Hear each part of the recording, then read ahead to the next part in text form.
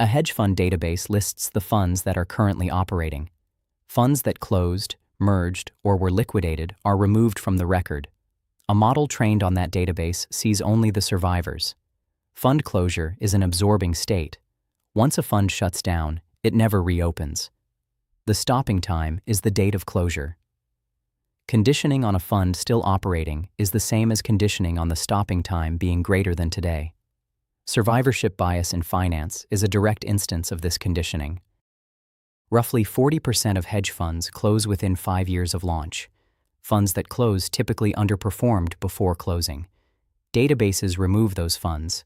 The sample is pre-filtered before anyone looks at it. The measured return in the database is not the average return across all funds. It is the average return among those that survived. Measured alpha is not alpha. It is a conditioning artifact. Backtests built on surviving funds systematically overestimate expected performance.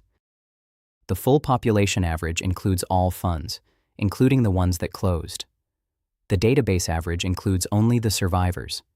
These two averages are linked by a decomposition. The full average equals the survivor average, weighted by the survival probability, plus the absorbed average weighted by the absorption probability. Dead funds contribute low returns. Removing them inflates the measured average. Empirical estimates suggest this bias adds 1 to 3% per year to measured returns.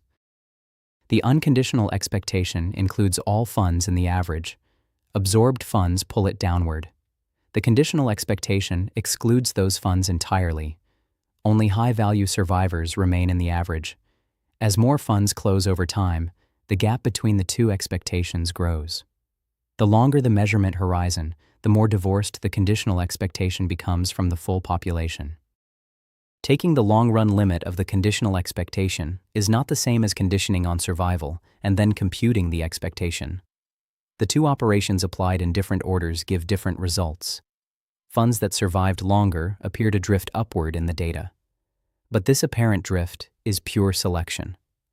The underlying return dynamics have not changed. Selection bias masquerades as a performance signal. The operators genuinely do not commute.